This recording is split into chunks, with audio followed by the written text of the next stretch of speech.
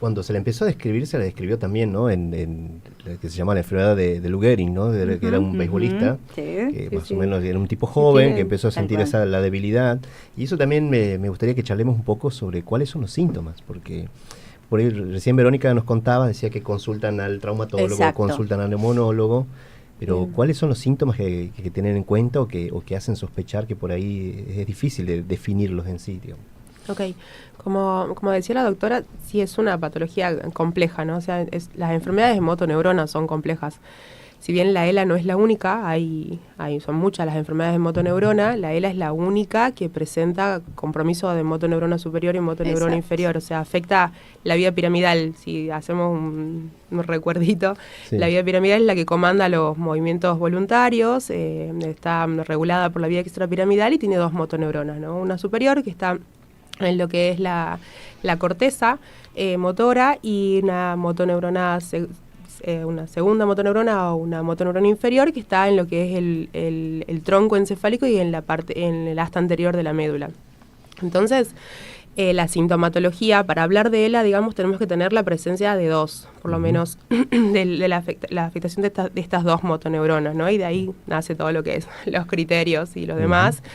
Pero lo cierto es que es muy heterogénea, es tan heterogénea que no se presenta casi, no sé, yo de mi corta experiencia no he visto pacientes que sean iguales, ¿no? Son todos muy heterogéneos.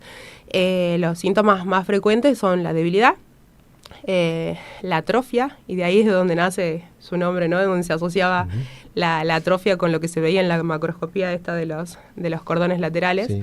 Recordemos que en esa época, cuando se le ponía nombre a las enfermedades, la gente lo hacía visualizando con microscopio óptico, claro, ¿no? tal cual. Entonces decían placas escleróticas, por eso es como que de ahí surge Exacto, el nombre. las palabras. Sí. Pero para que la gente también entienda, son conexiones entre dos neuronas. Entre una neurona superior que nace en la corteza y la neurona inferior que está en los centros motores inferiores, tanto en el tronco como en la médula. Como en la médula. Se tienen que afectar eso, por eso es principalmente motora, ¿verdad? Por eso es principalmente motora. Si bien no tiene síntomas sensitivos, lo que no quiere decir, y que es algo que confunde mucho, que el paciente no pueda tener dolor. El paciente con ELA tiene dolor la mayoría de las veces, sobre todo en las etapas más avanzadas, pero es una patología a priori motora, ¿sí? La sintomatología principal es, como les decía, la debilidad, hay atrofia, que es el músculo se pone como más flaquito. Aparecen signos clínicos, digamos, que son muy característicos, que es la fasciculación, que es la traducción de la denervación, ¿no? De la neurona. También puede haber hiperreflexia, que es esa liberación de todos los reflejos que en la vida adulta no son normales, aparecen reflejos patológicos. También puede haber espasticidad. Digamos, son todos signos que uno va agrupándolos y hacen la pista diagnóstica de la sospecha, ¿no? Y te agrego, Vero, agregando un poco a lo que estás diciendo, que en general, en líneas generales, los pacientes suelen empezar con esta debilidad, sobre todo en miembros inferiores. Entonces son pacientes que, por ejemplo, tienen caídas fáciles. Uno de los síntomas, digamos, es que se tropiezan, no es que se caen de la nada, se tropiezan con facilidad porque tienen como esta debilidad o esta falta de fuerza como para levantar bien los pies a la hora de caminar, entonces te tropiezan con pequeños rebordes y demás. Entonces uno de los síntomas es ese, de inicio quizás, y no nos olvidemos también de los síntomas de la deglución. Son pacientes que en un momento de la evolución de la enfermedad empiezan a tener trastornos para tragar, ¿no?